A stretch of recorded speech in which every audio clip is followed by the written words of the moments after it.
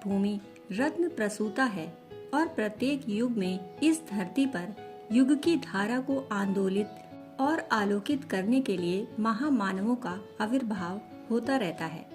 दिव्य धरती पर दिव्य मानव और दिव्य जीवन का शंखनाद करने वाले महायोगी, महाकवि, नवऋषि, महान दार्शनिक, राजनेता और इन सभी लौकिक पहचानों से ऊपर अति मानस के अवतार महर्षि श्री अरविंद का नाम ऐसे ही महापुरुषों में शुमार है जिन्होंने पश्चिम के तर्क में शिक्षा पाई और पूरब के ध्यान में दीक्षा।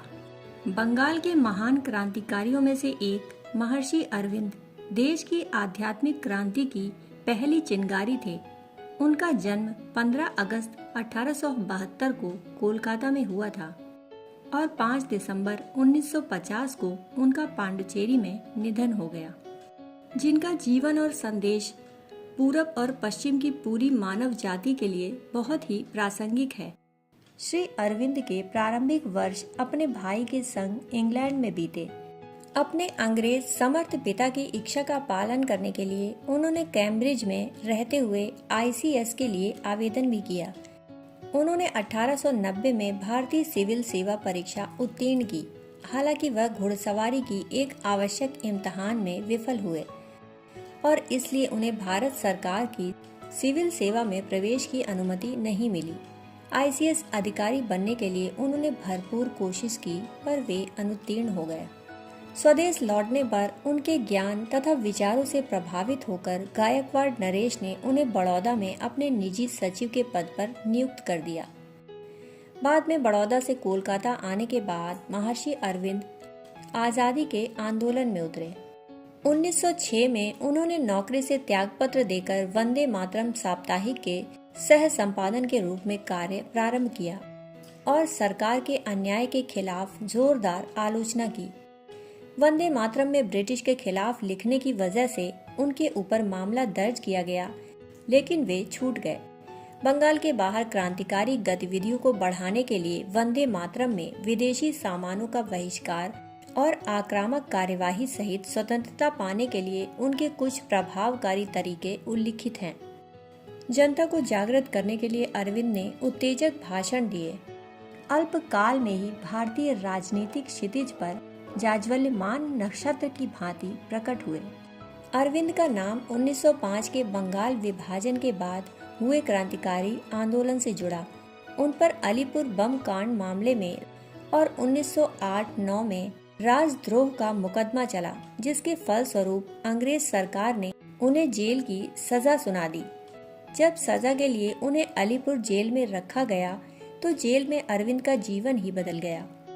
महर्षि अरविंद पहले एक क्रांतिकारी नेता थे, परंतु बाद में वे अध्यात्म की ओर मुड़ गए। वे जेल की कोठरी में ज्यादा से ज्यादा समय साधना और तप में लगाने लगे। वे गीता पढ़ा करते और भगवान कृष्ण की आराधना किया करते। भारत आने पर उन्होंने भारतीय संस्कृति, साहित्य एवं धर्म दर्शन का गहन पारायण किया और यहाँ की सांस्कृतिक आध्यात्मिक विरासत को आत्मसात किया। श्री अरविंद का विवाह भी हुआ, परंतु स्वतंत्रता संग्राम के साथ अपने यौगिक एवं सृजनात्मक जीवन में निमग्न होने के कारण यह एक पारिवारिक औपचारिकता मात्र तक सीमित रहा। अपनी मना स्थिति का वर्णन करते हुए श्री अरविंद ने अपनी पत्नी मृणालिनी को लिखे पत्र में कहा कि मेरे अंदर 3 पागलपन है। पहला, मेरा अटल विश्वास है कि ईश्वर ने मुझे जो गुण, प्रतिभा, उच्च शिक्षा, ज्ञान और धन दिया है वह सब उसी का है। मुझे उतना ही खर्च करने का अधिकार है जितना मेरे परिवार के भरण पोषण और अन्य अति आवश्यक कार्यों के लिए आवश्यक है। अपने निर्वाह के अतिरिक्त जो बच जाए उसे ईश्वर को लौटा देना चाहिए। मैं मानता हूँ कि सारी संपत्ति प्रभु की है और उसे प्रभु के कार्य में लगाना चाहिए। अपने दूसरे पागलपन का उल्लेख करते हुए श्री अरविंद ने लिखा, यदि ईश्वर है तो उसके अस्तित्व का अनुभव करने का, उसका साक्षात दर्शन करने का कोई पथ अवश्य होगा। यह पथ कितना भी कठोर हो, मैं उस पर चलने के लिए दृढ़ प्रतिज्ञ हूँ। जैसे भी हो, मैं ईश्वर का साक्षात्कार करना चाहता हूँ। पत्र में श्री अरविंद ने तीसरे पागलपन का उल्लेख करते हुए कहा, जहाँ दूसरे लोग देश को एक जड़ वस्तु, कुछ मैदान, जंगल, पहाड़ और नदी मात्र समझते हैं, वहीं मैं अपने देश को अपनी माता मानता हूँ। मैं उसकी पूजा करता हूँ और माँ की तरह उसकी भक्ति करता हूँ।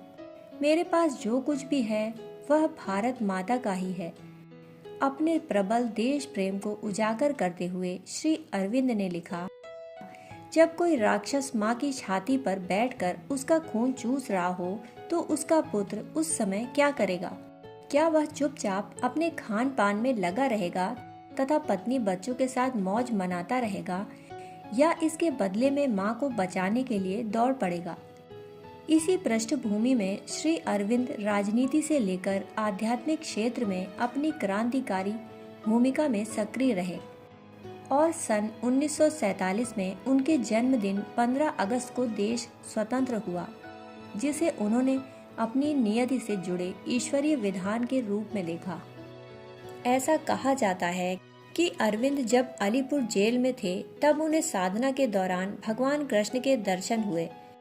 इस दिव्य अनुभूति के बाद कृष्ण की प्रेरणा से वे क्रांतिकारी आंदोलन छोड़कर योग और अध्यात्म में रम गए।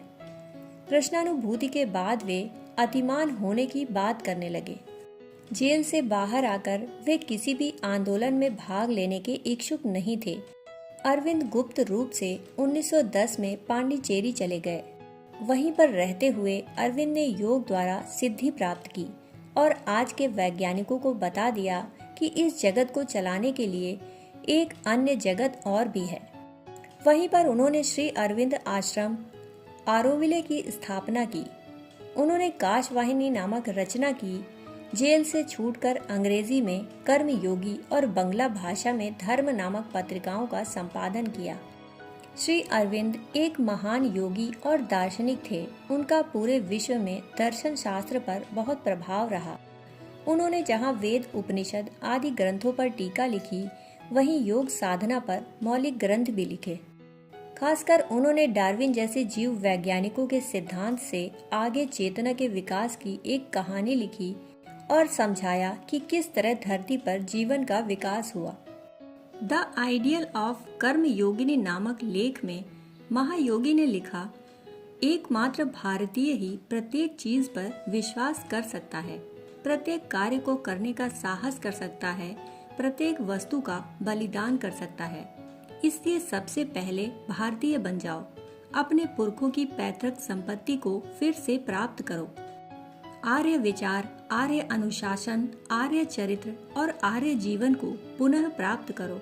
वेदांत, गीता और योग को फिर से प्राप्त करो, लेकिन उन्हें केवल बुद्धि या भावना से नहीं, बल्कि जीवन द्वारा पुनः जीवित कर दो। उन्हें जीवन में उतारो और तुम महान, शक्तिशाली, अजेय और निर्भय हो जाओगे।